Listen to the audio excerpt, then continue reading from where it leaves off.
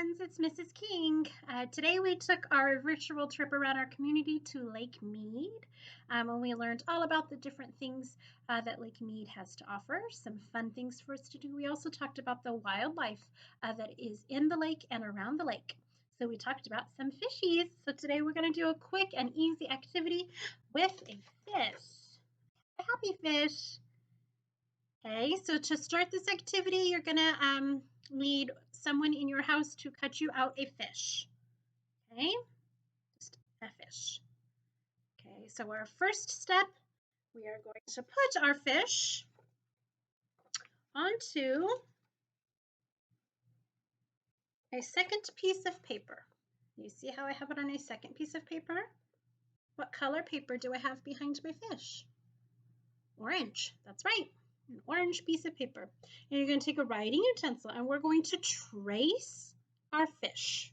Okay, we're going to use our writing utensil to trace our fish. Now, when we trace something, we're going to want to hold down really firmly onto the original piece of paper that we're tracing from. Okay, so as I trace, I'm going to move my camera down so you guys can see how I'm holding it still and holding it firm. I'm pressing down really good so that that white fish doesn't move. Okay.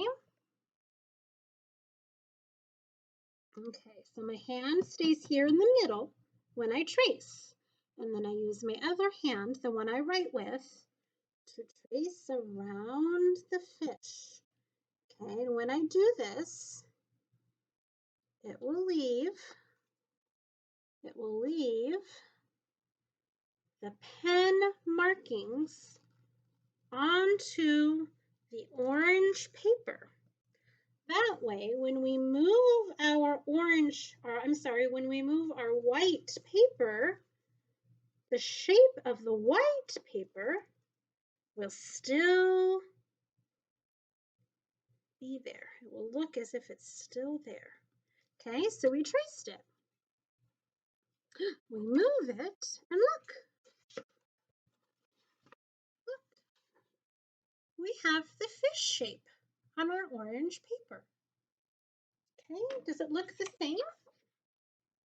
Look, we can put it back on there. We can put it back on there. We can fill the shape back into our lines that we made. You see? Okay, so that's the first step. The first step is tracing your fish. Okay, once you're done with the first step, you're going to move on to the second step. The second step is to write your name in the center of the fish. Okay, so you're going to use your pencil or your marker or your crayon or your pen, anything, or the same thing that you used to trace your fish. You're going to write your name in the center of your fish. Okay, did you all write your name? Good job. I heard some of you spelling your name out loudly while you wrote it. That is always very helpful for when you write your name. Okay, so we've moved on from our first and second step. We're now on our third step. Okay, so first step was to trace your fish. The second step is to write your name in the middle. And the third step, okay, we're going to use our scissors and we're going to cut out our fish. Okay, should we cut our line in the center of our fish? No, because then we wouldn't have a fish. We're going to want to use our scissors to cut right along that outside line, the line that we worked so hard to trace. Okay, so hold your scissors. Good. Okay. And we put our scissors onto that line and we're going to cut. Okay, remember we move our scissors up and down when we cut. Okay. And it's always a good idea to hold your paper with the other hand and guide it where you want your scissors to go. Okay, so I went down, now I go up again. Down, up, down, up, down, up, down, up. Okay, back onto the other areas. See, down and up. That's how we move our scissors. Down and up. And onto his tail. Okay, we're all done. Look, now I have an orange fish. I started with just one fish.